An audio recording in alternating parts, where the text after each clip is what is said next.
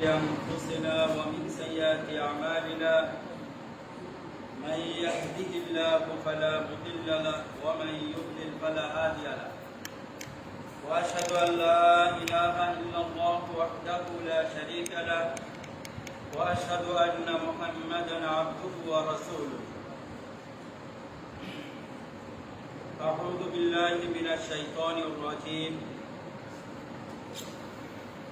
يا أيها الذين آمنوا اتقوا الله حق تقاته ولا تموتن إلا وأنتم مسلمون يا أيها الناس اتقوا ربكم الذي خلقكم من نفس واحدة وخلق منها زوجها وبث منهما رجالا كثيرا ونساء واتقوا الله الذي تساءلون به والأرحام إن الله كان عليكم رقيبا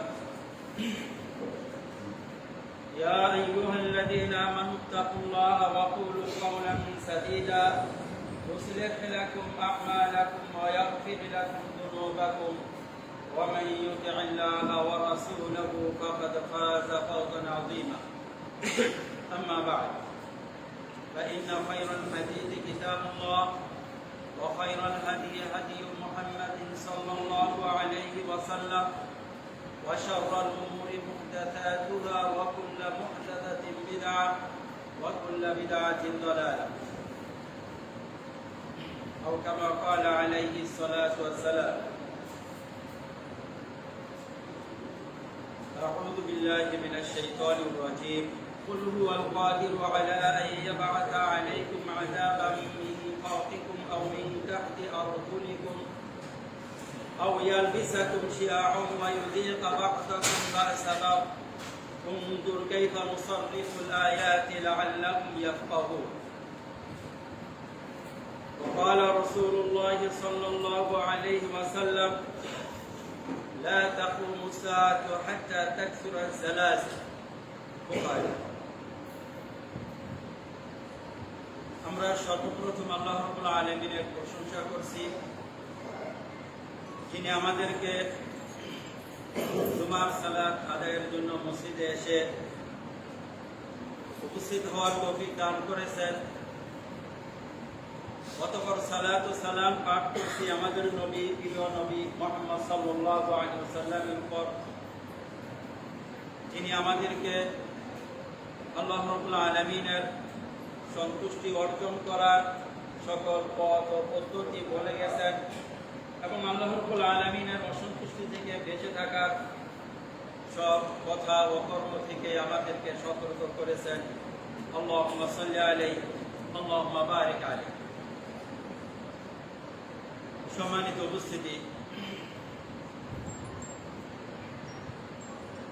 আমাদের আজকের জুমার আলোচনার বিষয় হলো সালাত। সালাত কুরআনুল কারীমে কতটুকু গুরুত্ব রাখে এবং কুরআনুল কারীমে সালাতের প্রতি কতটুকু গুরুত্ব আরোপ করা হয়েছে, কিভাবে কত প্রকার সালাতের উল্লেখ রয়েছে কুরআনুল কারীমে এবং আল্লাহ রাব্বুল আলামিন কোন কোন শব্দ দিয়ে সালাতকে উল্লেখ করেছেন এবং সালাত দিয়ে কি কি বুঝিয়েছেন, এইসব বিষয় নিয়ে আমরা আজকের জুমাতে আলোচনা করব। তার আগে একটি আয়াত আমি আপনাদের সামনে তেলাওয়াত করেছি। সেই আয়াতের প্রেক্ষাপটে কিছুক্ষণ আগে একটি দুর্ঘটনার মতো ঘটে গেছে, আমরা জানি। সেটা হলো একটা বড় ভূমিকম্প এবং ভূমিকম্পের মাত্রাটা অন্যান্য ভূমিকম্পের চেয়ে একটু বেশি ছিল, দীর্ঘস্থায়ী ছিল। আল্লাহ রাব্বুল আলামিন বলেন, কুল হুয়াল কাদিরু আলা আন ইয়াবআথা আলাইকুম আযাবাম মিন ফাওকিকুম। ভূমিকম্প এই ধরনের জিনিস আমাদেরকে কি বার্তা দেয়?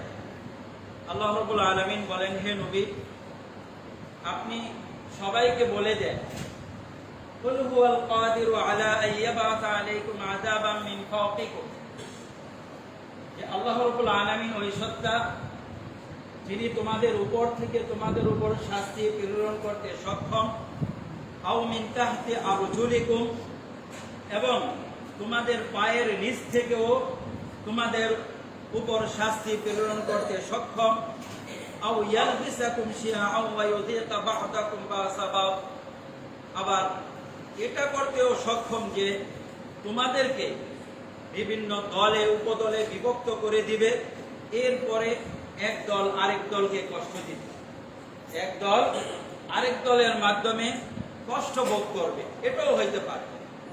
এরপর আল্লাহ রাব্বুল আলামিন বলতেছে উনজুর কাইফা নুসাররিফুল আয়াতি লাআল্লাহুম ইয়াফকাহুন, লক্ষ্য করো কিভাবে আমি আমার নিদর্শন সমূহ সুন্দরভাবে বর্ণনা করে দিই যাতে তোমরা বুঝতে পারো। এই আয়াতে তিনটি শাস্তির কথা উল্লেখ করা হয়েছে। একটি হলো মাথার উপর থেকে শাস্তি, আরেকটি হলো পায়ের নিচ থেকে শাস্তি, আরেকটি হলো পরস্পর দ্বন্দ্ব, যুদ্ধ, বিগ্রহ, মতপার্থক্য, ঝগড়াঝাটি এর মাধ্যমে যে একটা কষ্ট হয়ে থাকে, এই কষ্ট তিনটা শাস্তির কথা উল্লেখ করেছেন আল্লাহ রাসূল সাল্লাল্লাহু আলাইহি ওয়াসাল্লাম বলেছেন। তৃতীয় নম্বর শাস্তিটা হলো আগের দুটা শাস্তির চেয়ে হালকা, পরস্পরের মাঝে দ্বন্দ্ব, যুদ্ধ, বিগ্রহ ইত্যাদি হওয়া, এটা উপর থেকে শাস্তি এবং নিচ থেকে শাস্তির চেয়ে হালকা। কারণ উপর থেকে শাস্তি আসলেও সমূলে ধ্বংস হয়ে যায়, নিচ থেকে শাস্তির কারণেও সমূলে ধ্বংস হয়ে যায়। কিন্তু পরস্পরের মাঝে যদি যুদ্ধ বিগ্রহ দেখা দেয়, ক্ষয়ক্ষতি হয়, কিন্তু সমূলে কোনো জাতি ধ্বংস হয় না। তো ওলামায়ে কেরাম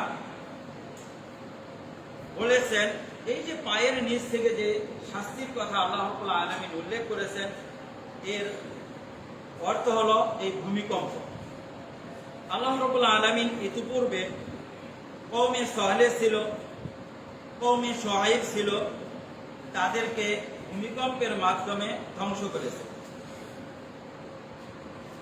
আল্লাহ রাব্বুল আলামিন সূরা আরাফের ৭৮ নম্বর আয়াতে বলেন, ফাআখাযাতহুমুর রাজফাতু ফাআসবাহু ফি দারিহিম জাথিমিন, তাদেরকে ভূমিকম্প পাকড়াও করলো, ফলে তারা সবাই সমূলে ধ্বংস হয়ে গেল।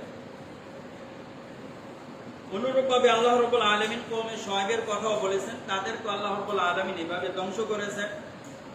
আমাদের রাসূল সাল্লাল্লাহু আলাইহি ওয়াসাল্লাম বলেছেন, লা তাকুমুস সাআতু হাত্তা তাকসুরা যালাজিল। আবু হুরায়রা রাদিয়াল্লাহু তাআলা আনহু থেকে হাদিসটি বর্ণিত, বুখারী শরীফে রয়েছে। রাসূল বলেন, কিয়ামত সংঘটিত হবে না যতক্ষণ না অধিক হারে ভূমিকম্প না হয়। এই ভূমিকম্প হওয়া বা এই ধরনের দুর্যোগ, অস্বাভাবিক কোনো ঘটনা ঘটে যাওয়া, এগুলো আল্লাহ রাব্বুল আলামিনের নিদর্শন। ওয়ামা নুরসিলু বিল আয়াতি ইল্লা তাখওয়িফা, আমাদেরকে আখিরাত স্মরণ করিয়ে দেওয়ার জন্য, আমাদেরকে আল্লাহ রাব্বুল আলামিনের শাস্তি স্মরণ করিয়ে দেওয়ার জন্য এগুলো আল্লাহ রাব্বুল আলামিন প্রেরণ করেন। এবং আল্লাহ রাব্বুল আলামিন বলেছেন, ওয়ামা নুরসিলু বিল আয়াতি ইল্লা তাখওয়িফা, আমি ভীতি প্রদর্শনের জন্য আমি আমার নিদর্শনগুলো প্রেরণ করে থাকি। লক্ষ্য করবেন, এই যে ভূমিকম্প হয়ে গেল, যারা বিশেষ করে বিল্ডিংয়ে ছিল, সালাত পড়ুক বা না পারুক, জুমাতে আসুক বা না আসুক, সবার মুখেই আল্লাহ রাব্বুল আলামিনের স্মরণ এসেছিল এবং এই কম্পন থেকে কিভাবে বাঁচবে সেটার জন্য এদিক সেদিক ছুটাছুটি করেছে। কিন্তু যখন বিপদ চলে আসে, মুক্তির কোনো উপায় থাকে না, একমাত্র আল্লাহ রাব্বুল আলামিনের কাছে ফিরে যাওয়া ছাড়া। এই জন্য আল্লাহ রাসূল সাল্লাল্লাহু আলাইহি সাল্লাম যত আপদ আসতো, যত বিপদ আসতো, আল্লাহ রাব্বুল আলামিনের কাছে ফিরে যেতেন। কিভাবে ফিরে যেতেন? সালাতে দৌড়ে যেতেন। চন্দ্রগ্রহণ লাগতো, সূর্যগ্রহণ লাগতো, বড় কোনো আপদ বিপদ এসে যাইত, সালাতে দৌড়ে যেতেন। তিনি সালাতে চলে যেতেন, আল্লাহ রাব্বুল আলামিনকে স্মরণ করতেন, আল্লাহ রাব্বুল আলামিনের কাছে পানা চাইতেন। তো আজকের জুমার আলোচনার বিষয় হলো সালাত নিয়ে মাঝখানে কিয়ামতের একটি আলামত। ভূমিকম্প সম্পর্কে কিছু আলোচনা করলাম, একটি কথা বললাম। এগুলো আমরা আনন্দের এবং উৎসবের জিনিসে পরিণত করব না, গল্প গুজবের বিষয়ে পরিণত করব না, বরং এগুলো থেকে উপদেশ নেব। অনেকেই এটা থেকে মজা নিচ্ছি যে ভূমিকম্পের সময় আমি ওখানে ছিলাম, এখানে ছিলাম, এমন হয়েছে তেমন হয়েছে, আমি তখন এটা স্মরণ করেছি। এগুলো আসলে যেহেতু আমি আপনি বেঁচে আছি সেই হিসাবে সাধারণভাবে নিতে পারি, কিন্তু আজকে যদি এরকম মতো বিল্ডিং ভেঙে পড়ে গেছে, আমার একটা হাত সেখানে আটকে গেছে, আমার একটা পা সেখানে আটকে রয়েছে, আমার কোনো আত্মীয় স্বজনের অর্ধেক বিল্ডিং এর পিছনে চাপা পড়ে আসে, তখন আর এইগুলো গল্প গুজব কিংবা হাসি ঠাট্টা আদলে আলোচনা করতাম না। তখন বুঝতাম যে আসলে ভূমিকম্প কি জিনিস এবং ভূমিকম্প হয়ে গেলে বা এর প্রতিক্রিয়া কত বড় হতে পারে। তখন আমাদের মুখে আর হাসি থাকতো। তো এই ভূমিকম্প থেকে এরকম কিছু হতে পারে, অস্বাভাবিক কিছু নয়। বড় বড় ভূমিকম্প এখন হচ্ছে, কিয়ামতের আগে আরো হবে। এগুলো থেকে আমাদের উচিত আল্লাহ রাব্বুল আলামিনের দিকে ফিরে যাওয়া এবং আল্লাহ রাব্বুল আলামিনের যতটুকু নাফরমানিতে আছি সেগুলো ত্যাগ করে আল্লাহ রাব্বুল আলামিনের আনুগত্যের দিকে ধাবিত হওয়া। সম্মানিত উপস্থিতি, আমরা যেসব ভাবে আল্লাহ রাব্বুল আলামিনের আনুগত্যের দিকে ধাবিত হই, যেসব ভাবে আল্লাহ রাব্বুল আলামিনকে স্মরণ করে থাকি, তার একটি বড় মাধ্যম হলো সালাত। কুরআনুল কারীম একটি কিতাব, খুব সংক্ষেপে আল্লাহ রাব্বুল আলামিন আমাদেরকে দিয়েছেন। এই কুরআনুল কারীমে যদি আপনি কোন একটা জিনিস বিষয় ভিত্তিক আলোচনা করেন, বিষয় ভিত্তিক গবেষণা করেন, তখন মনে হবে যে কুরআনুল কারীম বোধ হয় এই কারণেই আল্লাহ রাব্বুল আলামিন নাযিল করেছেন। আমরা সাধারণত মনে করি যে কুরআনুল কারীমে সালাতের রাকাত সংখ্যা নেই, সালাত কিভাবে পড়ব তার পদ্ধতি উল্লেখ করা নেই। এর মানে অনেকে মনে করে থাকি কুরআনুল কারীমে সালাত সম্পর্কে তেমন আলোচনা নেই। বাস্তবিক কথাটা খুবই ভুল। কুরআনুল কারীমে সালাতের বিভিন্ন নাম উল্লেখ করা হয়েছে। কুরআনুল কারীমে বিভিন্ন জিনিসের মাধ্যমে সালাতকে বোঝানো হয়েছে। কুরআনুল কারীমে সালাতের বিভিন্ন পদ্ধতি উল্লেখ করা হয়েছে। কুরআনুল কারীমে প্রথম যুগে কোন কোন নবীর আমলে কিভাবে সালাত ছিল তার কিছু একটা বিবরণ এখানে পেশ করেছে। এটা বুঝিয়েছে যে সালাত এমন একটি ইবাদত, যে ইবাদত সব উম্মতের ভিতরে বিদ্যমান ছিল। আমাদেরও মাঝে তো আছেই। আমাদের পূর্বে যত উম্মত ছিল, যত নবী ছিল, সব নবীর প্রতি এই সালাতের আদেশ ছিল। প্রথমেই আসি যে সালাত আমরা বলে থাকি, আমাদের পরিভাষায় আমরা অনেকেই নামাজ হিসাবে জানি। এই সালাতের অর্থ কি? সালাতের একটি অর্থ হলো আবিধানিক, যে অর্থটা ডিকশনারিতে পাওয়া যায়। আরেকটা অর্থ হলো পারিভাষিক, যে অর্থটা কোরআন হাদিসে পাওয়া যায়, পারিভাষিক অর্থ। আরেকটা হলো আবিধানিক অর্থ।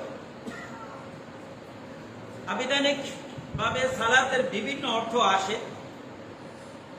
সেই আলোচনায় গেলে আলোচনা দীর্ঘ হবে, আমাদের সেখানে ফায়দা কম। এই জন্য মৌলিকভাবে বলি, সালাতের যতগুলো আবিধানিক অর্থ রয়েছে তার ভিতরে একটি অর্থ হইল দোয়া, ইস্তেগফার। আল্লাহ রাসূল সাল্লাল্লাহু আলাইহি ওয়াসাল্লাম একটি হাদিসে বলেন, ইদা দুইয়া আহাদুকুম ফালিয়াজিব। যখন তোমাদের কাউকে দাওয়াতে আহ্বান করা হয়, সে যেন দাওয়াতে সাড়া দেয়। ফা ইন কানা সাইমান ফালিয়ুসাল্লি। এরপরে সে যদি সায়েম হয়, সিয়াম পালনকারী হয়, সে যে দাওয়াত দিয়েছে তার জন্য দোয়া করবে। শব্দ ব্যবহার করেছেন ফালিয়ুসাল্লি, এর অর্থ দাঁড়ায় সে সালাত আদায় করবে, কিন্তু এখানে অর্থ হলো দোয়া করবে। কানা মুফতিরান ফালিয়াতাম, আর যদি সিয়াম অবস্থায় না থাকে সে খাবার গ্রহণ করে। মুসলিম শরীফের হাদিস। তো এখানে আল্লাহ রাসূল সাল্লাল্লাহু আলাইহি সাল্লাম ফালিউসাল্লি বলে দোয়া করতে বলেছে। আমাদের কেউ যদি কাউকে দাওয়াত করে, তার দাওয়াতে আমরা যাব, সিয়াম অবস্থায় থাকলে তার জন্য বরকতের দোয়া করব, আর যদি সিয়াম অবস্থায় না থাকে খাবার গ্রহণ করব। তো এই সালাতের অর্থ হলো একটি আসে আবিধানিকভাবে দোয়া, আর পারিভাষিকভাবে বা শরীয়তের দৃষ্টিতে সালাত কাকে বলে? শরীয়তের দৃষ্টিতে সালাত হলো কিছু কথা ও কর্মের নাম।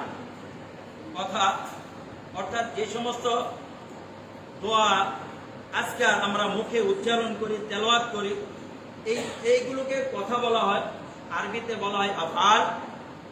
তো কিছু কর্মের কথার নাম এবং কিছু কর্মের নাম, যেমন আমরা দাঁড়াই, বসি, রুকুতে যাই, সাজদাতে যাই, এগুলোকে আরবিতে বলে আমাল, কর্ম। তো কিছু কথা ও কর্মের নাম যার শুরু হয় আল্লাহু আকবার তাকবীর দিয়ে এবং যার শেষ হয় আসসালামু আলাইকুম তাসলিম দিয়ে, সালাম দিয়ে। এটাকে বলা হয় পারিভাষিকভাবে সালাতের অর্থ। সালাত এমন কিছু কথা ও কর্মের নাম যার শুরু আল্লাহু আকবার তাকবীর দিয়ে, শেষ আসসালামু আলাইকুম ওয়া রাহমাতুল্লাহ সালাম দিয়ে। এই সালাত আল্লাহ রাব্বুল আলামিন কুরআনুল কারীমে বিভিন্ন ভাবে উল্লেখ করেছে, বিভিন্ন শব্দ দিয়ে উল্লেখ করেছে। কেন?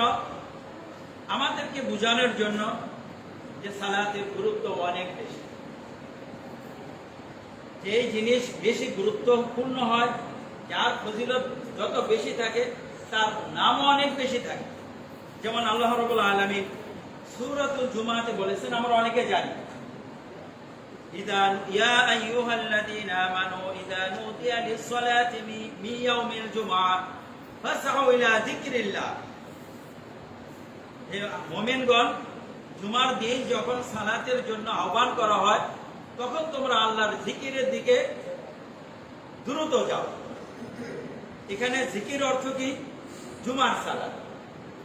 আল্লাহ রাব্বুল আলামিন ফাসআউ ইলা সালাহ বলতে পারতেন, না বলে জিকির বলেছেন। এর দ্বারা বুঝিয়েছেন সালাতের শুরু শেষের একটা বিশেষত্ব হলো এখানে জিকির থাকে, আল্লাহ রাব্বুল আলামিনের স্মরণ থাকে। যদি সেটা না থাকে, আমরা আমাদের সালাতের যে একটা অর্থ রয়েছে সেটা মনে হয় তেমন আদায় করতে পারলাম।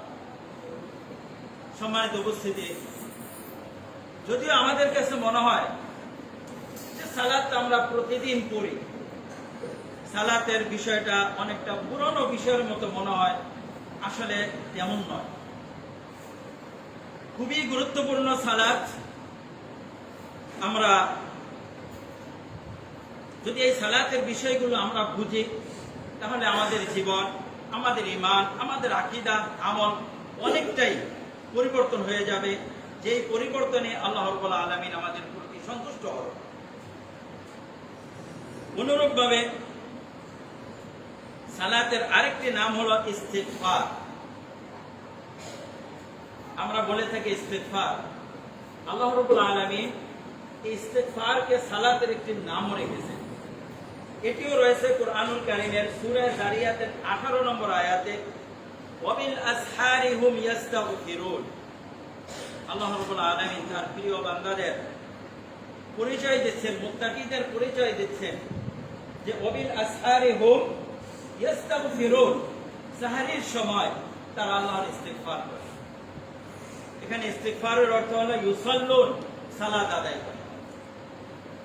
যারা আল্লাহর প্রিয় বান্দা, আল্লাহর তৌফিক প্রাপ্ত, সাহরির সময় উঠে যায়, তাহাজ্জুদের সময় উঠে যায়, সালাত আদায় করে। তো সালাতের ভিতরে ইস্তিগফার থাকে, এজন্য আল্লাহ রাব্বুল আলামিন সালাতের নাম রেখে দিয়েছেন ইস্তিগফার। অর্থাৎ সালাত আদায় করলে ইস্তিগফারের মাধ্যমে যেমন গুনাহ মাফ হয়, সালাতের মাধ্যমেও সেভাবে গুনাহ ঝরতে থাকে, গুনাহ মাফ হতে থাকে। এই তথ্যগুলো জানার ফায়দা কি? এই তথ্যগুলো জানার ফায়দা হলো আমি যখন সালাত আদায় করব, এই জিনিসগুলো আমার মাথায় থাকলে আমার সালাত তেমনই অর্থবহ হয়ে উঠবে, যেমন আল্লাহ রাব্বুল আলামিন চান, যেমন রাসূল সাল্লাল্লাহু আলাইহি সাল্লাম আমাদেরকে শিখিয়েছে। সালাতের আরেকটি নাম হলো রুকু। রুকু যদিও সালাতের একটি অংশ, তারপরেও এই রুকু বলে আল্লাহ রাব্বুল আলামিন সালাতকে উদ্দেশ্য করেছেন। যেমন সূরা বাকারার 43 নম্বর আয়াতে বলেছেন, ওয়ারকাউ মা'র রাকিঈন, তোমরা রুকুকারীদের সাথে রুকু করো, অর্থাৎ সালাত আদায়কারীর সাথে সালাত আদায় করো, জামাতে সালাত আদায় করো। জামাতের সহিত সালাত আদায় করতে উদ্বুদ্ধ করেছেন। এখানে সালাত জামাতের দিকে আল্লাহ রাব্বুল আলামিন আমাদেরকে উদ্বুদ্ধ করেছেন, জামাতের সহিত সালাত আদায় করো। ওয়ারকাউ মা'র রাকিঈন। অনুরূপভাবে সালাতের আরেকটি নাম হলো সাজদা, সুজুদ। এটাও আল্লাহ রাব্বুল আলামিন কুরআনুল কারীমের সূরা শুআরা 219 নম্বর আয়াতে বলেছেন যে ওয়াতাকাল্লুবাকা ফিস সাজিদিন, আল্লাহ রাব্বুল আলামিন আপনাকে সব অবস্থায় দেখেন, এবং যখন আপনি সালাতে থাকেন, সিজদাতে থাকেন, তখনও আল্লাহ রাব্বুল আলামিন আপনাকে দেখেন। ওয়াতাকাল্লুবাকা ফিস সাজিদিন, সালাতের ভিতরে আপনি যে দাঁড়িয়ে থাকেন, ওঠেন, বসেন, রুকু করেন, সাজদা করেন, আপনার এই পরিবর্তনগুলো আল্লাহ রাব্বুল আলামিন দেখেন। তো এই আয়াতে সাজদা বলে আল্লাহ রাব্বুল আলামিন সালাতকে বুঝিয়েছেন। অনুরূপভাবে সালাতের আরেকটি নাম হলো ঈমান। ঈমান বলে আল্লাহ রাব্বুল আলামিন সালাত বুঝিয়েছেন। এর অর্থ হলো ঈমানের সাথে সালাতের সম্পর্ক খুবই গভীর। আল্লাহ রাব্বুল আলামিন সূরা বাকারার 143 নম্বর আয়াতে বলেন, ওয়ামা কানা আল্লাহু লিয়ুদিয়া ঈমানাকুম, আল্লাহ রাব্বুল আলামিন তোমাদের ঈমান নষ্ট করবেন না, অর্থাৎ তোমাদের সালাতগুলো নষ্ট করবেন না। এই আয়াতটি নাযিল হয়েছে কিবলা পরিবর্তন হওয়ার পরে, যখন মুসলিমরা মদিনাতে এসে বাইতুল মাকদিসের দিকে ফিরে সালাত আদায় করতেছিল। মদিনা থেকে বাইতুল মাকদিস হলো উত্তরে, আর মক্কা হলো দক্ষিণে। যখন কিবলা পরিবর্তন হলো, অনেকের অন্তরে সংশয় ঢুকলো, তাহলে আমরা যেসব সালাত বাইতুল মাকদিসের দিকে ফিরে পড়েছি, সেই সালাতের অবস্থা কি হবে? আল্লাহ রাব্বুল আলামিন বলে দিলেন, ওমা কানা আল্লাহু লিয়ুদিয়া ঈমানাকুম, আল্লাহ রাব্বুল আলামিন তোমাদের সালাত যেগুলো বাইতুল মাকদিসের দিকে ফিরে আদায় করেছো, এগুলো নষ্ট করবেন না। তো এখানে সালাত বলে আল্লাহ রাব্বুল আলামিন ঈমান বলে সালাত উদ্দেশ্য করেছেন। আবার সূরা ইসরাতে 78 নম্বর আয়াতে আল্লাহ রাব্বুল আলামিন সালাতকে কুরআন বলে উল্লেখ করেছেন। ওয়া কুরআনাল ফাজর, ইন্না কুরআনাল ফাজরি কানা মাশহুদা, যে ওয়া কুরআনাল ফাজর, এবং শাব্দিকভাবে অর্থ করলে অর্থ হয় যে ওয়া কুরআনাল ফাজর, ফজরের কুরআন। এখানে কুরআন অর্থ হলো সালাত, এবং ফজরের সালাত। ইন্না কুরআনাল ফাজরি কানা মাশহুদা, ফজরের সালাতের সময় ফেরেশতাগণ উপস্থিত হয়। তো এখানে আল্লাহ রাব্বুল আলামিন দেখেন কুরআন বলে সালাতকে উদ্দেশ্য করেছে। এর অর্থ হলো সালাতের একটি মূল বৈশিষ্ট্য কুরআনুল কারীমের তেলাওয়াত থাকবে। আমরা কুরআনুল কারীমের সাথে সালাতের যে কত গভীর সম্পর্ক আমাদের আমলের মাধ্যমে সেটা ভুলে গেছে। রাসূল সাল্লাল্লাহু আলাইহি সাল্লামের যুগে সাহাবায়ে কেরাম, তার পরবর্তী যুগে তারা যখন এক এক রাকাতে সূরা বাকারা শেষ করতেন, সূরা আলে ইমরান শেষ করতেন, তাদের সালাতে অনুভব করা যায় সালাতের সাথে কোরআনের সম্পর্ক কত গভীর। সেখানে যদি বলা হয় সালাত অর্থ কোরআন, কোরআন অর্থ সালাত, পুরোপুরি মিলে যায়। কারণ কুরআনুল কারীম তারা দীর্ঘ তেলাওয়াত করত। আমরা সেই তেলাওয়াত ভুলে গেছি। এখন আমরা মসজিদে সালাত আদায় করি, একই সূরা বারবার পড়ি।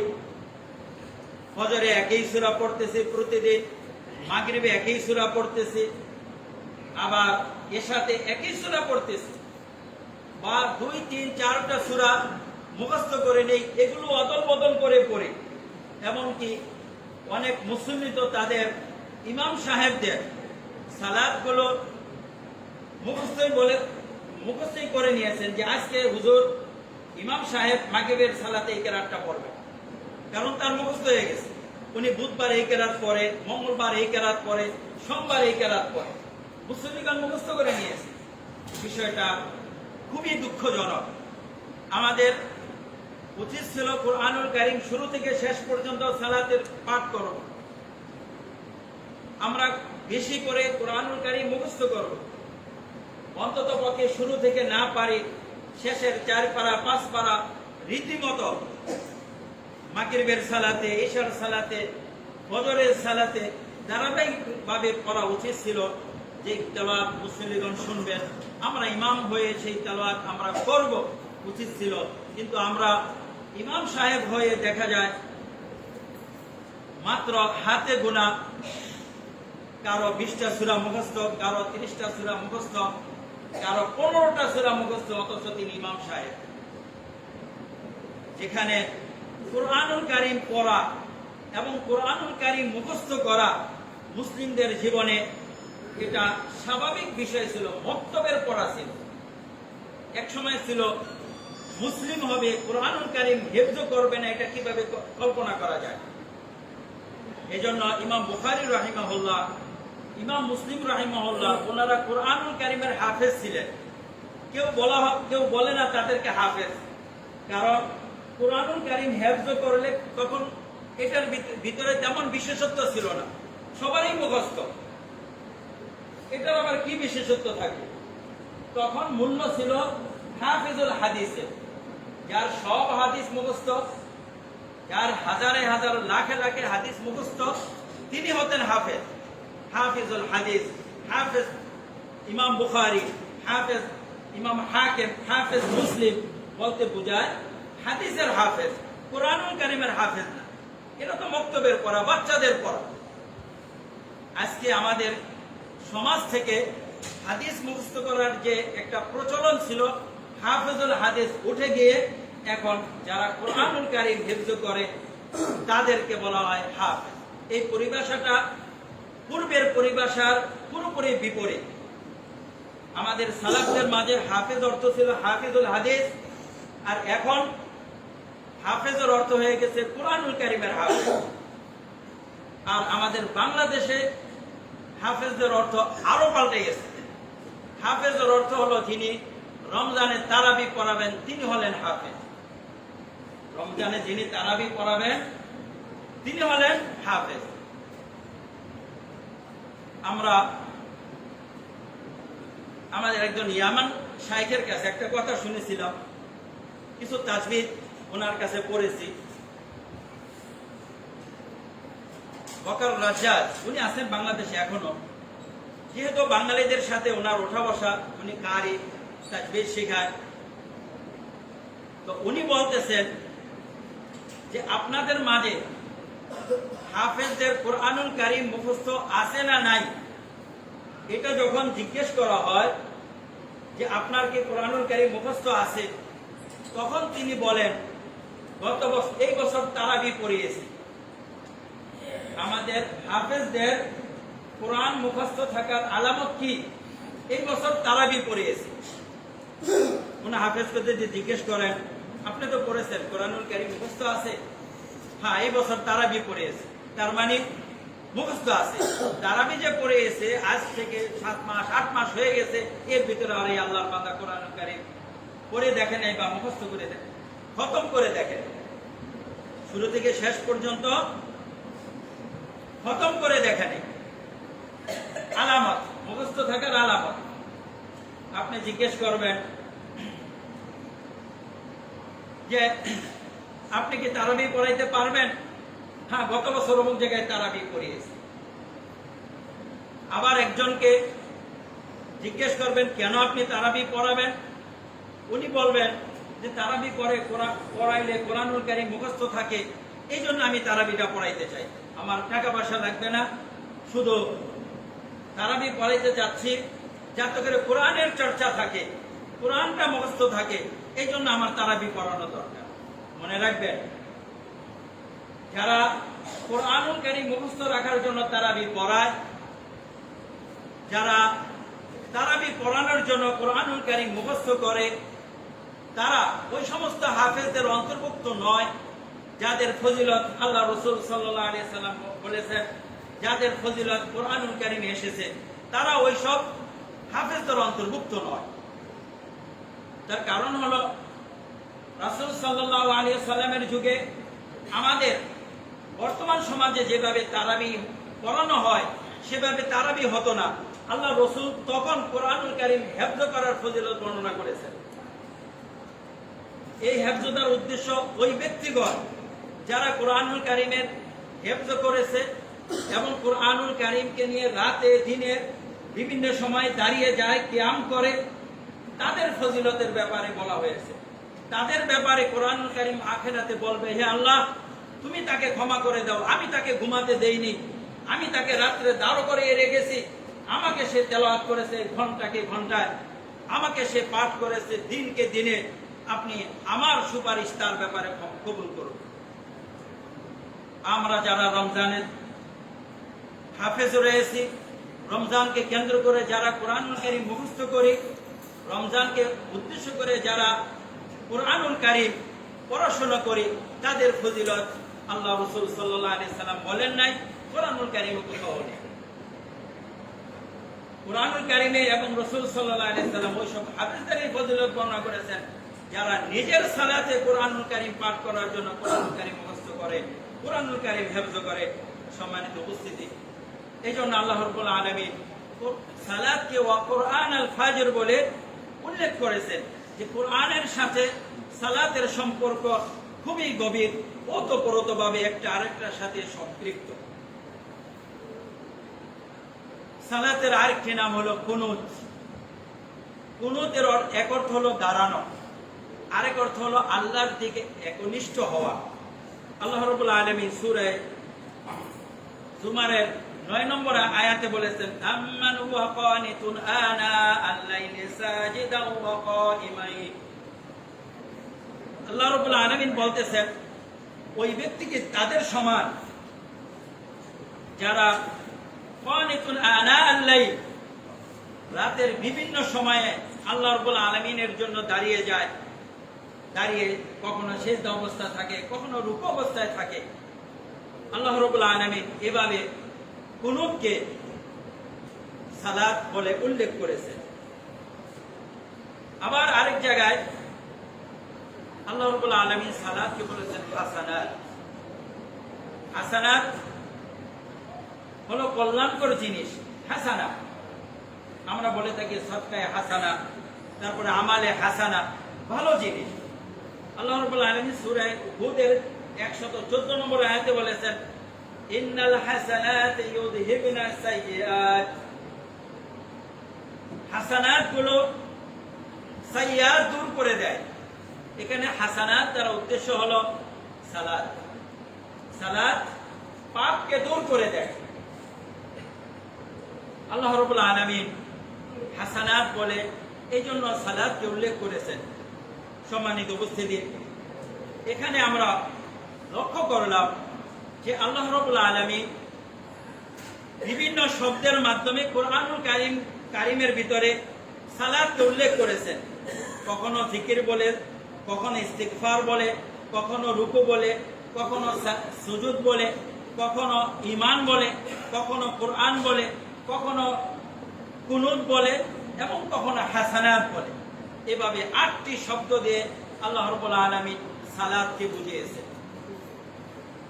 এর অর্থ হলো এই বিষয়গুলো সালাতের ভিতরে বিদ্যমান। আমরা যখন এই বিষয়গুলো কোরআনুল কারীমের ভিতরে পাঠ করব, তখন যেন সালাতের এই মর্মটা আমাদের ভিতরে উপলব্ধ হয়, আমরা অনুভূত করি। সম্মানিত উপস্থিতি, যেরকম আল্লাহ রাব্বুল আলামিন বিভিন্ন শব্দের মাধ্যমে সালাতকে বুঝিয়েছেন, অনুরূপভাবে সালাতের মাধ্যমে শুধু সালাত বুঝান নাই, আরো ব্যাপক কিছু বুঝিয়েছেন কোরআনুল কারীমে। যেমন আমরা নমুনা স্বরূপ কয়েকটি জিনিস উল্লেখ করি। যেমন আল্লাহ রাব্বুল আলামিন সালাত বলে পুরো ইসলামকে বুঝিয়েছেন। সূরা কিয়ামার ভিতরে আমরা 31 নম্বর একটি আয়াত পড়ে থাকি, ফালা সাদ্দাকা ওয়ালা সাল্লা। এই সূরাটি আমাদের ইমাম সাহেবগণ ফজরের সালাতে খুব বেশি পড়েন। সেখানে আছে ফালা সাদ্দাকা ওয়ালা সাল্লা।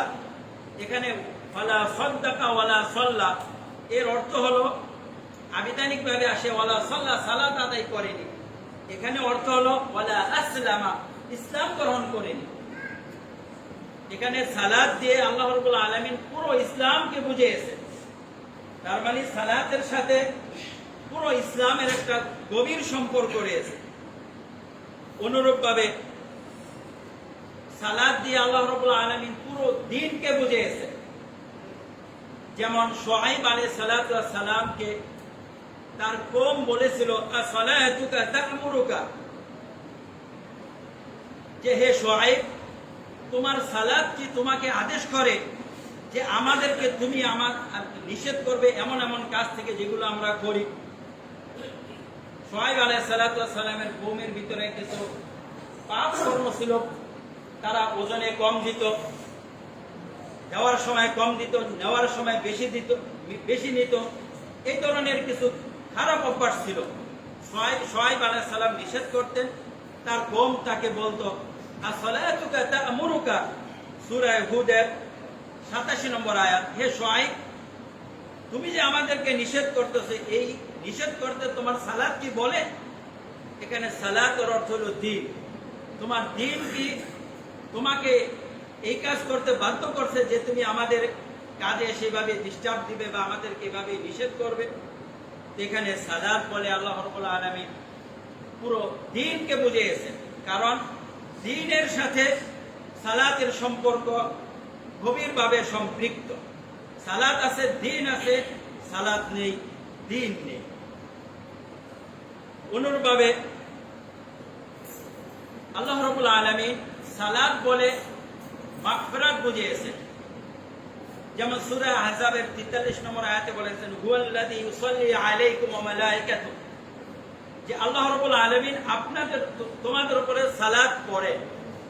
এখানে আল্লাহ রাব্বুল আলামিন সালাত পাঠ করেন অর্থ আল্লাহ রাব্বুল আলামিন আমাদেরকে ক্ষমা করেন, মাগফিরাত, ক্ষমা করেন। এখানে সালাতের অর্থ হলো ক্ষমা, অর্থাৎ আপনি সালাত আদায় করবেন, আপনাকে আল্লাহ ক্ষমা করে দিবেন। আপনার সালাতের সাথে ক্ষমার সম্পর্ক ওতপ্রোতভাবে জড়িত। তো সালাতের একটা বৈশিষ্ট্য হলো ক্ষমা পাওয়া। এই জন্য আল্লাহ রাব্বুল আলামিন সালাত বলে মাগফিরাত বুঝিয়েছেন। আবার সালাত বলে আল্লাহ রাব্বুল আলামিন রহমত বুঝিয়েছেন। সূরা বাকারা 157 নম্বর আয়াতে, উলাইকা আলাইহিম সালাওয়াতুম মির রাব্বিহিম, তাদের উপরে রয়েছে আল্লাহ রাব্বুল আলামিনের পক্ষ থেকে সালাওয়াত, রহমত। এখানে সালাতের অর্থ হলো রহমত। তো আমরা দেখতেছি আল্লাহ রাব্বুল আলামিন সালাত বলে রহমত বুঝাচ্ছেন, সালাত বলে মাগফিরাত বুঝাচ্ছেন। তার অর্থ হলো আমরা সালাত আদায় করলে আল্লাহ রাব্বুল আলামিনের কাছ থেকে দুইটা জিনিস প্রাপ্ত হব, রহমত প্রাপ্ত হব, আবার মাগফিরাতও প্রাপ্ত হব। কাজেই আমাদের সালাতের ভিতরে এই জিনিসগুলো আমরা খুবই গভীরভাবে লক্ষ্য করব এবং আমরা এই জিনিসগুলো আমাদের সালাতের ভিতরে স্মরণ করব, যেন আমরা আল্লাহ রাব্বুল আলামিনের সালাত আঞ্জাম দিয়ে যেভাবে আল্লাহ রাব্বুল আলামিন আমাদের থেকে সালাত চেয়েছেন সেভাবে আল্লাহ রাব্বুল আলামিনের সামনে আমরা সালাত আদায় করতে পারি। সম্মানিত উপস্থিতি, সালাতের সাথে দ্বীনের এত গভীর সম্পর্ক থাকার কারণে আল্লাহ রাসূল সাল্লাল্লাহু আলাইহি ওয়াসাল্লাম বলেছেন, বাইনা রাজুলি ওয়া বাইনা শিরকি ওয়াল কুফরি তারকুস সালাত। মুসলিম শরীফের হাদিস, মানুষের মাঝে আর শিরকের ও কুফরের মাঝে বাধা হলো সালাত ত্যাগ করা। সালাত ত্যাগ করলো, কুফরে চলে গেল, সালাত আদায় করলো, ইসলামের ভিতরে চলে আসলো। অনুরূপভাবে আল্লাহ রাসূল আরেকটি হাদিসে বলেছেন, লাহদুল্লাযী বাইনানা ওয়া বাইনাহুম আস-সালাহ ফামান তারাকাহা ফাকাদ কাফারা। আমাদের মাঝে আর কাফেরদের মাঝে একটি চুক্তি হলো সালাত ত্যাগ করা। যে সালাত ত্যাগ করলো সে কুফরি করলো। সম্মানিত উপস্থিতি, এভাবে আল্লাহ রাসূল সাল্লাল্লাহু আলাইহি সাল্লাম সালাতের গুরুত্ব আমাদের সামনে উপস্থাপন করেছেন। এই হাদিসগুলো আমরা একাধিকবার শুনেছি। কবে সালাত ফরজ হয়েছিল আমরা যদি লক্ষ্য করি, আমরা স্বাভাবিকভাবে বুঝি যে সালাত ফরজ হয়েছে ইসরা ও মেরাজের রাতে।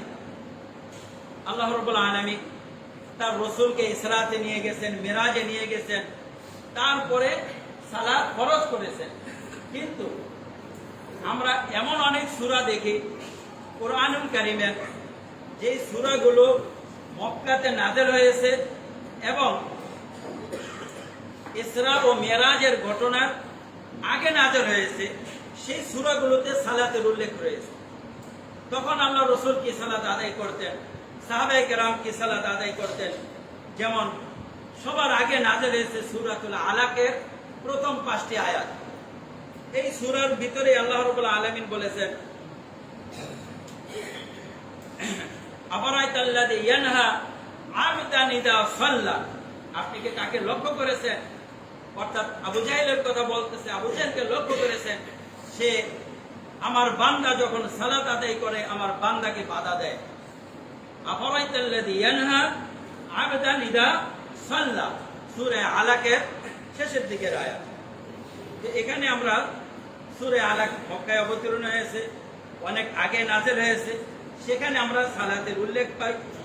অনুরূপভাবে সূরা আলাতে, আবার সূরা কাউসার, ইন্না আতাইনাকাল কাউসার ফাসাল্লি লিরাব্বিকা ওয়ানহার, ফাসাল্লি লিরাব্বিক, আপনি আপনার রবের জন্য সালাত আদায় করুন এবং কুরবানি করুন। এখানে আল্লাহ রাব্বুল আলামিন সালাতের কথা বলেছেন, অথচ ইসরা এবং মেরাজের আগের সূরা এগুলো। তাহলে এই সালাত দ্বারা উদ্দেশ্য কি? উলামায়ে কেরাম বলেছেন, বিশেষ করে ইবনে কাসির রাহিমাহুল্লাহ এই বিষয়গুলো সামনে এনে তিনি বলেছেন যে ইসরা ও মেরাজের আগেও সালাত ফরজ ছিল, তখন 2 ওয়াক্ত সালাত ফরজ ছিল, আর ফরজ ছিল তাহাজ্জুদের সালাত। এর দলিলও রয়েছে কোরআনুল কারীমের সূরা তাহার 131 নম্বর আয়াতে, ওয়াসাব্বিহ বিহামদি রাব্বিকা ক্বাবলা তুলুইশ শামসি ওয়া ক্বাবলাল গুরুব। হে নবী, আপনি আপনার রবের তাসবিহ পাঠ করুন সূর্য উদয় হওয়ার আগে এবং সূর্য অস্ত যাওয়ার আগে। ফজরের সালাত আর হলো আসরের সালাত, এই 2 সালাত ইসরা মেরাজের আগেও বিদ্যমান ছিল, ফরজ ছিল। এবং এই কথা আল্লাহ রাব্বুল আলামিন সূরা তাহাতে বলেছেন। আরেকটি সালাত ফরজ ছিল কিয়ামুল লাইল। কিয়ামুল লাইল রাসূলের উপরে প্রথম দিকে, তার উম্মতের উপরে, সবার উপরে ওয়াজিব ছিল। পরবর্তীতে উম্মতের উপর থেকে ওয়াজিব হটে যায়, রাসূলের উপরে কিয়ামুল লাইল ফরজ থাকে। ফজরের সালাত, আসরের সালাত আর কিয়ামুল লাইল, এই 3টি সালাত রাসূলের উপরে ফরজ থাকে। আর উম্মতের উপরে ফরজ থাকে 2টি সালাত, ফজরের সালাত আর হলো আসরের সালাত। এরপরে যখন আল্লাহ রাব্বুল আলামিন ইসরা এবং মেরাজের ঘটনা ঘটাইলেন, আল্লাহ রাসূলকে ইসরাতে নিয়ে গেলেন। ইসরা বলা হয় মসজিদুল হারাম থেকে বাইতুল মাকদিস পর্যন্ত, এ ব্যাপারে সমস্ত মুসলিম ঐক্যমত। আর মেরাজ হলো বাইতুল মাকদিস থেকে আল্লাহ রাব্বুল আলামিন সপ্তম আসমান এবং সেখান থেকে যতটুকু নেওয়ার ইচ্ছা ছিল রাসূলকে নিয়েছেন, সেটাকে বলা হয় মেরাজ। তো এই মেরাজের সময় আল্লাহ রাব্বুল আলামিন যখন 5 ওয়াক্ত সালাত ফরজ করলেন, তখন সব সালাত রহিত হয়ে গিয়ে এই 5 ওয়াক্ত সালাত নতুন করে ফরজ হলো। ফজরের সালাত, আসরের সালাত, জোহরের সালাত, মাগরিবের সালাত আর হলো এশার সালাত। আগে ছিল 2 সালাত, পরে এর সাথে আরো 3টে সালাত যোগ হয়ে 5 ওয়াক্ত সালাত হলো। আমরা লক্ষ্য করি আগে যেমন 2টি সালাত ছিল, সেই 2 সালাতের গুরুত্ব এখনো সবচেয়ে বেশি। ফজরের সালাতের গুরুত্ব সবচেয়ে বেশি, আবার আসরের সালাতের গুরুত্ব সবচেয়ে বেশি। ফজরের সালাতের সময় ফেরেশতাগণ উপস্থিত হন, আসরের সালাতের সময় ফেরেশতাগণ উপস্থিত হন। অর্থাৎ রাতের ফেরেশতারা ফজরের সময় চলে যায়, দিনের ফেরেশতারা আসে, আবার আসরের সালাতের সময় দিনের ফেরেশতারা চলে যায়, রাতের ফেরেশতারা দুনিয়াতে অবতরণ করে। সম্মানিত উপস্থিতি, আল্লাহ রাব্বুল আলামিন আমাদেরকে এভাবে সালাত দিয়েছেন, যে সালাত 5 ওয়াক্ত সালাত ফরজ হওয়ার আগেও আমাদের উপরে ফরজ ছিল, সংখ্যায় কম। আর এই সালাত শুধু আমাদের উপরে ফরজ ছিল বিষয়টি তেমন নয়, আমাদের পূর্ববর্তী যারা ছিলেন তাদের উপরে আল্লাহ রাব্বুল আলামিন সালাত ফরজ করেছিলেন। সেখানে আল্লাহ রাব্বুল আলামিন নবীদেরকে সালাতের আদেশ করেছেন, নবীগণ তাদের পরিবারকে এবং তাদের উম্মতকে সালাতের আদেশ করেছেন। আমরা আমাদের আদি পিতা ইব্রাহিম আলাইহিস সালাতু ওয়াস সালামের দিকে যাই। ইব্রাহিম আলাইহিস সালাতু ওয়াস সালাম, ভুল বলেছি, ইব্রাহিম আলাইহিস সালাতু ওয়াস সালাম আমাদের পিতা কিনা বলতে পারি না, আমাদের আদি পিতা বলতে বোঝায় আদম আলাইহিস সালাম, দ্বিতীয় পিতা হলো নূহ আলাইহিস সালাম। ইব্রাহিম আলাইহিস সালাতু ওয়াস সালাম পিতা হলো আরবদের, পিতা হলো আরবদের। কোরআনুল কারীমে যেমন বলা আছে মিল্লাতা আবিকুম ইব্রাহিম, এটা হলো তোমাদের পিতা ইব্রাহিমের ধর্ম, সেটা হলো কুরাইশদেরকে লক্ষ্য করে বলা হয়েছে ওখানে, যে তোমাদের পূর্বপুরুষ ইব্রাহিমের দিন হলো এই ইসলাম। আর আমরা যেটা বলে থাকি জাতির পিতা ইব্রাহিম, এটা ভুল। এটা যদি আরবরা বলে, কুরাইশরা বলে, তাদের বেলায় ঠিক হতে পারে, কেননা তাদের পূর্বপুরুষ ইব্রাহিম আলাইহিস সালাতু ওয়াস সালাম। আর আমাদের পূর্বপুরুষ ইব্রাহিম আলাইহিস সালাতু ওয়াস সালাম পর্যন্ত গিয়ে নাও ঠেকতে পারে, তবে নূহ আলাইহিস সালাম পর্যন্ত সবারটা গিয়ে ঠেকে। কারণ প্রথম পিতা হলো আদম আলাইহিস সালাতু ওয়াস সালাম, এরপরে অনেক লোক ছড়িয়েছিল দুনিয়াতে আদম আলাইহিস সালাম এবং হাওয়া আলাইহিস সালাম থেকে। যখন নূহ আলাইহিস সালামের যুগ হলো, নূহ আলাইহিস সালামকে যারা অস্বীকার করেছিল আল্লাহ রাব্বুল আলামিন তাদের সবাইকে ধ্বংস করে দিলেন। শুধু ৮০-৮২ জন লোক নূহ আলাইহিস সালামের উপর ঈমান এনেছিল, তারাই জীবিত ছিল। এরপরে যখন নূহ আলাইহিস সালাতু ওয়াস সালাম তাদের নিয়ে জমিনে অবতরণ করলেন, আল্লাহ রাব্বুল আলামিন শুধু নূহ আলাইহিস সালামের বংশকে জীবিত রেখেছেন, তার বংশ চলেছে। আর অন্যান্য মুসলিম যারা ছিল তাদের কারো বংশ চলে নেই। নূহ আলাইহিস সালামের 3 জন সন্তান, হাম, সাম, ইয়াফাস, এই 3 সন্তান থেকে এই বংশধর। একজনের বংশধর আফ্রিকা, আরেকজনের বংশধর ইউরোপ, সৌদি আরব, আরেকজনের বংশধর আমরা পূর্বে যারা রয়েছি, চীন, তারপরে রাশিয়া, হিন্দ, এই সমস্ত। তো যদি আদি পিতা বলি, সেটা আদম আলাইহিস সালামকে বলা যায়, নূহ আলাইহিস সালামকে বলা যায়। নূহ আলাইহিস সালামকে বলা হয় মানে দ্বিতীয় আদম। আর জাতির পিতা হিসাবে ইব্রাহিম আলাইহিস সালামকে বলা এটা ভুল। আরবদের জন্য এটা হতে পারে, যাই হোক, মুখে চলে আসছে, এই জন্য একটা ভুল সংশোধন করলাম। তো ইব্রাহিম আলাইহিস সালাম পর্যন্ত যাই। ইব্রাহিম আলাইহিস সালামের ব্যাপারে আল্লাহ রাব্বুল আলামিন সূরা ইব্রাহিমে 40 নম্বর আয়াতে বলেছেন, যেখানে ইব্রাহিম আলাইহিস সালাম বলেছেন, রব্বি জাআলনি মুকিমাস সালাত, হে আল্লাহ আপনি আমাকে সালাত আদায়কারী বানান, সালাত আদায়কারী করে দিন। এর থেকে বোঝা যায় ইব্রাহিম আলাইহিস সালামের দিনে সালাত ছিল এবং তিনি আল্লাহর কাছে দোয়া করেছেন আমাকে সালাত আদায়কারী বানিয়ে দেন। অনুরূপভাবে ইসমাইল আলাইহিস সালাম, ইব্রাহিম আলাইহিস সালামের ছেলে, তার ব্যাপারে সূরা মারিয়ামের 55 নম্বর আয়াতে বলে আল্লাহ তাআলা বলেছেন, ওয়া কানা ইয়া'মুরু আহলাহু বিস-সালাতি ওয়াজ-যাকাতি ওয়া কানা 'ইনদা রাব্বিহি মারদিয়া। ইসমাইল আলাইহিস সালাম তার পরিবারকে সালাতের আদেশ করতেন, যাকাতের আদেশ করতেন। ওয়া কানা 'ইনদা রাব্বিহি মারদিয়া, সে তার রবের কাছে সন্তুষ্টি ভাজন ছিলেন, আল্লাহ রাব্বুল আলামিনের কাছে সন্তুষ্টির পাত্র ছিলেন, আল্লাহ রাব্বুল আলামিন তার উপরে খুশি ছিলেন। কারণ ইসমাইল আলাইহিস সালাম তার পরিবারকে সালাতের আদেশ করতেন। এখান থেকে আমাদের শিক্ষা হলো, আমরা যদি আল্লাহর প্রিয় পাত্র হতে চাই, আমাদের উচিত সবাইকে সালাতের আদেশ করতে হবে, নিজের পরিবারকে, নিজের স্ত্রীকে, নিজের ভাই ব্রাদারকে, নিজের সন্তানদেরকে আদেশ করতে হবে। কেননা এখানে অলসতা চলে আসতে পারে। আল্লাহ রাব্বুল আলামিন ইসমাঈল আলাইহিস সালামের প্রশংসা করেছেন, কারণ তিনি সালাতের আদেশ করেছেন। সম্মানিত উপস্থিতি, এভাবে বনী ইসরাঈলদের ভিতরে সালাতের ব্যাপার রয়েছে। আবার মূসা আলাইহিস সালামকে আল্লাহ রাব্বুল আলামিন যখন নবুয়ত দান করবেন, প্রথম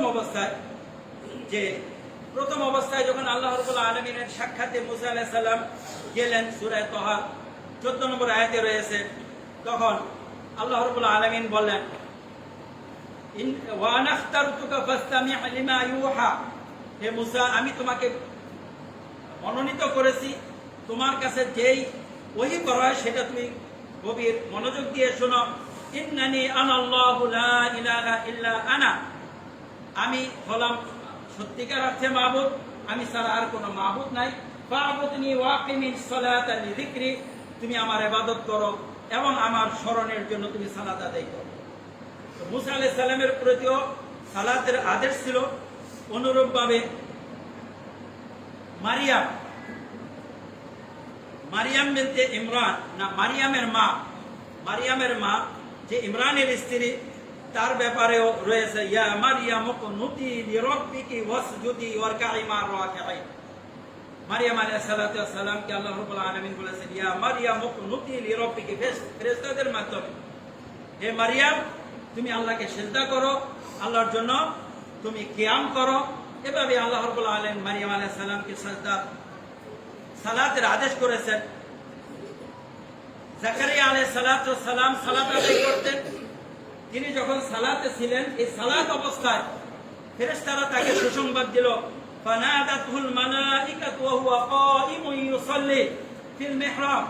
জাকারিয়া আলাইহিস সালাম মিহরাবে সালাত আদায় করতেছিলেন, তখন আল্লাহ রাব্বুল আলামিন তাকে ফেরেশতাদের মাধ্যমে আহ্বান করলেন যে আল্লাহ রাব্বুল আলামিন তোমাকে একটা পুত্র সন্তানের সুসংবাদ দিচ্ছে, যার নাম হবে ইয়াহইয়া।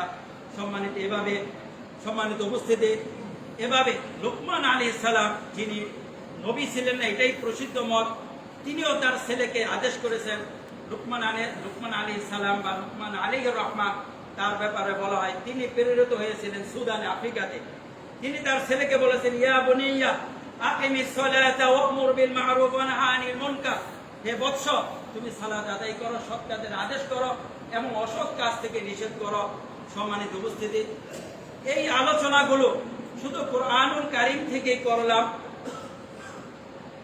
যতটুকু করলাম এবং যতটুকু আমার সামনে আছে, সম্ভবত 5 ভাগের 1 ভাগ নিয়ে শুধু কুরআনুল কারীমের আলোকেই সালাত নিয়ে আপনাদের সামনে আলোচনা করলাম। মাঝে 2-1টা হাদিস বলেছি। এছাড়া আমরা যদি কুরআনুল কারীম একটু ঘেঁটে দেখি, মনে হবে সালাতের জন্যই আল্লাহ রাব্বুল আলামিন কুরআনুল কারীম নাযিল করেছেন।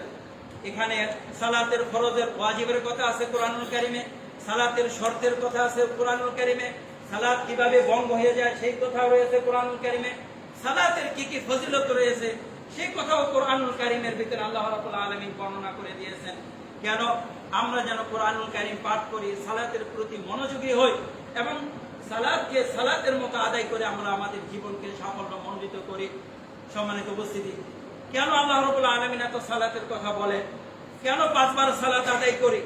আমরা যেহেতু মানুষ এই দুনিয়ার জীবনে বাস করি, আমাদের ডানে বামে, সামনে পিছনে, উপরে নিচে, সব জায়গায় মুসিবত, সব জায়গায় কষ্ট, সব জায়গায় আপনার সমস্যা জর্জরিত।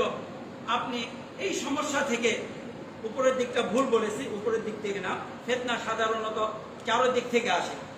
উপরের দিকে মানে রহমত আছে, আল্লাহ রাব্বুল আলামিন উপরে রয়েছে। তো এই 5 দিক থেকে যে সমস্যাগুলো এসে থাকে, এর থেকে পরিত্রাণের পথ হলো একমাত্র সালাত।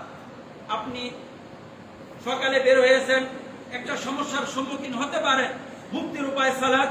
দুপুরে একটা সমস্যার সম্মুখীন হতে পারেন, মুক্তির উপায় সালাত। আপনি বিকালে একটা সমস্যার সম্মুখীন হতে পারেন, মুক্তির উপায় সালাত। পরিবার থেকে সমস্যার সম্মুখীন হতে পারেন, বন্ধু বান্ধব থেকে হতে পারেন, পাড়া প্রতিবেশী থেকে হতে পারেন, সরকারের পক্ষ থেকে হতে পারে, যে কোনো দিক থেকে আপনি সমস্যার সম্মুখীন হতে পারেন। মুক্তির উপায় সালাত।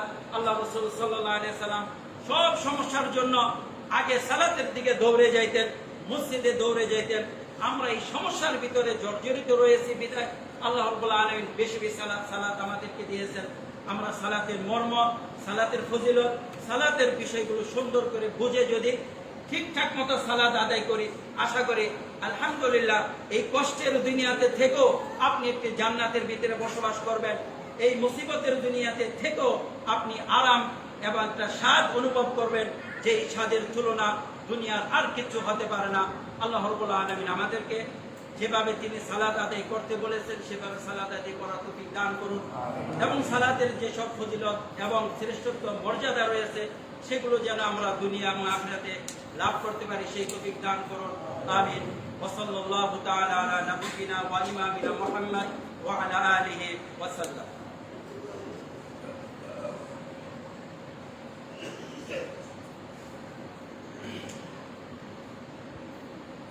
আলহামদুলিল্লাহ আলহামদুলিল্লাহ والصلاة والسلام على رسول الله وبعد أعوذ بالله من الشيطان الرجيم